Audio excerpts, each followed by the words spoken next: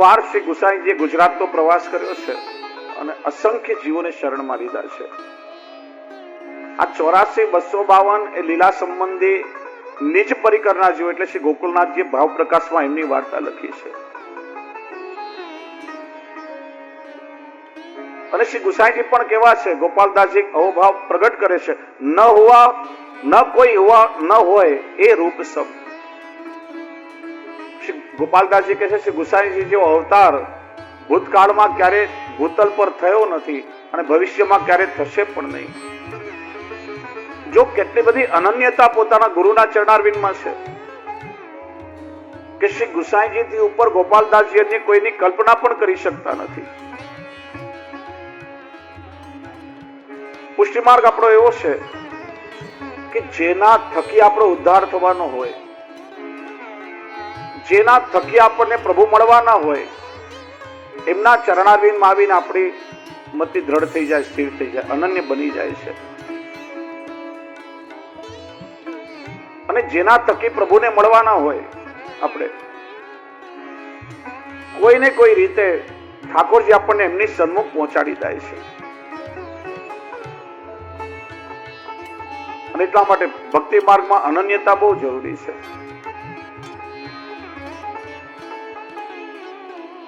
પ્રેમનું પહેલું લક્ષણ જ અનન્યતા છે. અનન્ય એટલે ન અન્ય. એકમાં જ આપણને સર્વસ્વ મળી જાય એનું નામ છે સર્વાત્મ ભાવ. અને પછી ચારે બાજુ ભટકવાની જે વૃત્તિ છે આપણી, એ આપોઆપ ચાલી જાય. એકમાં મન અટકી ગયું, જ્યાં મન સ્થિર થયું, દ્રઢ થઈ ગયું, ત્યાં અનન્યતા આવી ગઈ. પછી ચારે બાજુ આપણું મન ના ભટકે. ગોપાલદાસજીની પૂર્ણ આસક્તિ શ્રી ગુસાઈજીના સ્વરૂપમાં છે. અરે આખ્યાનમાં તો આસક્તિની પરાકાષ્ઠા બતાવી છે. બીજા આખ્યાનમાં શ્રી મહાપ્રભુજીના ગુણગાન ગાયા, અને પણ એ ભાવથી કે શ્રી મહાપ્રભુજી અને ગુસાઈજી એક છે. ત્યાં ભિન્નતા એમણે જોઈ નથી. શ્રી ગુસાઈજીના સ્વરૂપમાં જ સાક્ષાત નંદનંદનનો અનુભવ કરી રહ્યા છે. ગોપાલદાસજી કેટલી દ્રઢતાથી ઠાકોરજીને વિનંતી કરી રહ્યા છે, શ્રીનાથજી બાવા, હું આપને કહું છું કે શ્રી ગુસાઈજી જેવો સ્વરૂપ ભૂતલ પર ક્યારે થયું નથી અને ન ક્યારે થવાનું છે.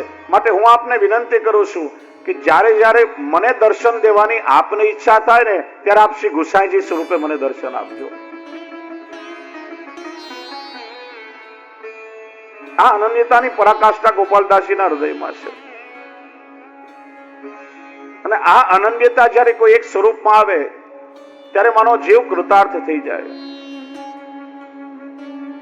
અને આ જ વાતનો વિસ્તાર 7મી ટૂંકમાં ગોપાલદાસજી કરી રહ્યા છે. રસપુંજ, પુંજ એટલે સમુદાય. પ્રભુ કેવા છે કે વેદો પણ જેમના માટે નેતિ નેતિ કહે છે, ન ઇતિ ન ઇતિ, એમના ગુણો ગાવાનું સામર્થ્ય અમારામાં નથી. એવા રસપુંજ, રસેશ્વર, રસરાજ, રસના સાગર પ્રભુ વેદો માટે પણ અગમ્ય છે. અને એ પ્રભુ પોતે પોતાની સ્વેચ્છાથી દૈવી જીવોનો ઉદ્ધાર કરવા માટે શ્રી મહાપ્રભુજીને શ્રી ગુસાઈજી સ્વરૂપે ભૂતલ પર પ્રગટ થયા. જો એટલા માટે તો શ્રી મહાપ્રભુજીને ભૂમિ ભાગ્ય એવું કહેવાયું. શ્રી મહાપ્રભુજી કે શ્રી ગુસાઈજી જન્મ્યા એવું આપણે નથી કહેતા. અહીં પણ ગોપાલદાસજી દરેક જગ્યાએ પ્રગટ થાય એવું વર્ણન કર્યું છે. જેના જન્મ, કર્મ, આગમન, ગમન આ બધું દિવ્ય હોય, એ સામાન્ય ન કહેવાય. અને શ્રી મહાપ્રભુજીને શ્રી ગુસાઈજીના પ્રાગટ્ય અને તિરોભાવ લીલાના બધા પ્રસંગોને આપણે જાણીએ છીએ. શ્રી મહાપ્રભુજીને શ્રી ગુસાઈજીના પ્રાગટ્ય ત્યાં ભૂમિ પણ પોતાના ભાગ્યની સરાહના કરે છે. અનેક અવતારો ભૂમિ પર થયા, પણ આવા અવતાર ક્યારે નથી થયા. સારસ્વત કલ્પમાં અધૂરા રહેલા બધા જ લીલા કાર્યો શ્રી વલ્લભ અને વિઠ્ઠલ સ્વરૂપે ઠાકોરજી પૂર્ણ કર્યા છે. ભૂમિ પણ કહે છે, ખરેખર હવે મારા ભાગ્યનો ઉદય થયો. જો ભાગવતજીમાં વર્ણન આવે છે કે આ ભૂમિ ગાયનું રૂપ લઈ પ્રભુને વિનંતી કરવા ગઈ કે મારા પર દુષ્ટોનો ભાર વધી ગયો છે, આપ અવતાર ધારણ કરો, આપના ચરણ મારા પર પધરાવી મને અલંકૃત કરો. ભૂમિની વિનંતીથી કૃષ્ણનો અવતાર થયો. 11 વર્ષ 52 દિવસ વ્રજમાં લીલા કરી અને વ્રજ લીલામાં ઠાકોરજીએ ચરણમાં પાદુકા ધરી નથી, ખુલ્લા ચરણ. સૂરદાસ પ્રભુ નંગે પાયન અનુદિન ગૈયા ચારત. કૃષ્ણ કેવલ ગોવાળ નથી, ગોપાલ છે. અને મારી ગાયો ખુલ્લા પગથી વિહાર કરે તો હું પાદુકા કેમ ધારણ કરું? પણ ત્યાર પછી મથુરા લીલા, દ્વારકા લીલા, એ બધી તો રાજલીલા થઈ અને પ્રભુએ ચરણમાં પાદુકા ધારણ કરી. ત્યારે ભૂમિનો તાપ ઓર વધી ગયો. પ્રભુ મને સનાત કરવા માટે આપે અવતાર ધારણ કર્યો અને આપે તો કેવલ વ્રજની ભૂમિને સનાત કરી. મારા પર કૃપા ક્યારે થશે? એટલા માટે શ્રી મહાપ્રભુજીએ ચરણમાં પાદુકા ધરી નથી. 3 વખત ખુલ્લા ચરણારવિંદથી સમગ્ર ભારતનું ભ્રમણ કર્યું છે અને સમગ્ર ભૂમિને સનાત કરી. સર્વોત્તમજીમાં નામ છે ભૂમિ ભાગ્ય. આગળ કે છે ભાગ્યહીન જીવ જેને કણિકા ન ચાખી.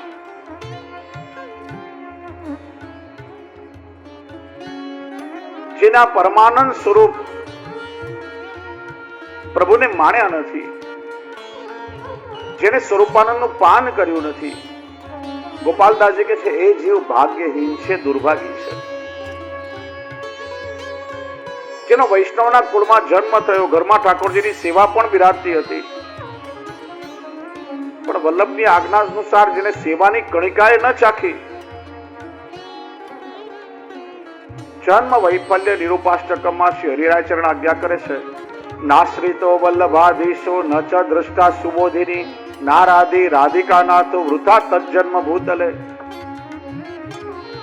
વૈષ્ણવ થઈને જેને શ્રી વલ્લભના ચરણ કમલનો આશ્રય કર્યો નથી, શ્રી મહાપ્રભુજીની ભાગવતજીની ટીકા સુબોધિનીજીનું અવલોકન કર્યું નથી અને રાધિકાના નાથ કૃષ્ણની સેવા જેને કરી નથી એનો વૃથા તજન્મ ભૂતલે. આ ભૂતલ પર જન્મ લેવો વૃથા છે.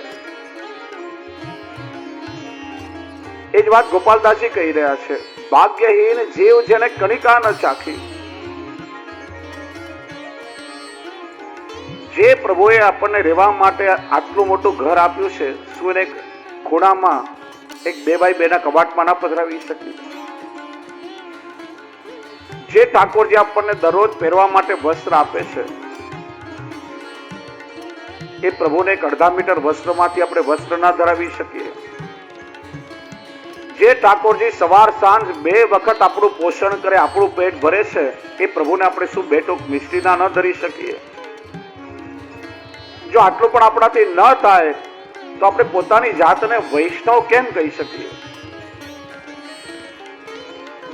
ઠાકોરજી આપણને જીવવા માટે આટલું સુંદર જીવન આપ્યું, પણ આટલા જીવનમાં શું અડધો કલાક આપણે પ્રભુને માટે ના આપી શકીએ? તો પછી પોતાની જાતને વૈષ્ણવ કઈ રીતે માનવી? અરે વૈષ્ણવ થઈને જે ઠાકોરજીના ચરણ સ્પર્શ કરતો નથી, જે સેવામાં હાથ પવિત્ર કરતો નથી, જે ઠાકોરજીની જારીજી ભરતો નથી, એક વાર પણ જેને ઠાકોરજીને દંડવત પ્રણામ કર્યા નથી, એવા જીવને તો ગોપાલદાસજી ભાગ્યહીન કહે છે.